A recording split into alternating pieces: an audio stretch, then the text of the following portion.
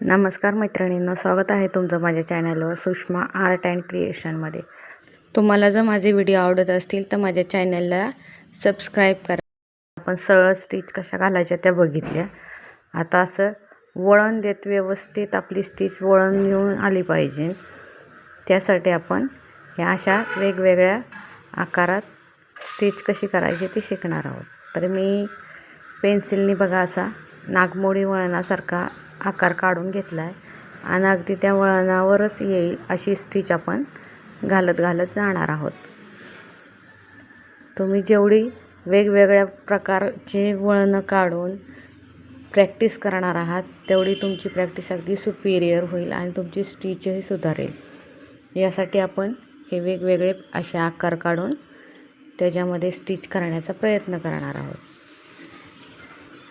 सुरुवातीला तुम्ही मोठ्या स्टिच घेतल्या तरी चालेल। प्रॅक्टिस करताना तुम्हाला जसं कम्फर्टेबल वाटेल त्या पद्धतीने स्टिच घ्या। तुम्ही जशी प्रॅक्टिस जास्त करत जाल तशी तुमची स्टिचही सुधारेल आणि तुमचा स्पीडही वाढेल। तुम्हाला जर मी शिकवण्याची पद्धत आवडत असेल तर माझ्या चॅनलला प्लीज सबस्क्राईब करा आणि माझ्या चॅनलला लाईक करा। आणि तुम्हाला जर काही डाऊट येत असतील तर प्लीज कमेंट करत जा। तर या पद्धतीने बघा, मी अगदी त्या जशी आपण आखली होती लाईन त्याचप्रमाणे तसंच वळण घेत मी ती स्टिच घेतलेली आहे। तुम्हीही अशीच प्रॅक्टिस करायची आहे। आता मी दुसरा एक शेप काढते आहे वर्तुळ आकारामध्ये। बघा असं तुम्हाला हवा तसा, तुम्हाला जो आवडेल तसा तुम्ही आकार काढा आणि त्याची प्रॅक्टिस करा, काही हरकत नाही।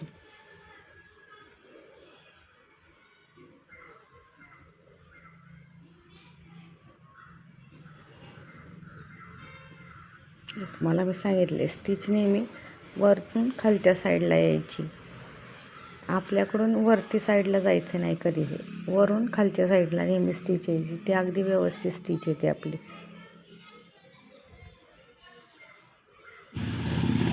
व्हिडिओमध्ये थोडा आवाज येतोय, प्लीज तुम्ही समजून घ्या आणि व्हिडिओ नेहमी शेवटपर्यंत पाहत जा। तुम्ही जेवढी प्रॅक्टिस करताल ना तेवढं तुम्हाला हे असं व्यवस्थित असे आकार जमायला सुरुवात होईल। त्यासाठी तुम्ही फक्त प्रॅक्टिस करणं महत्त्वाचं आहे।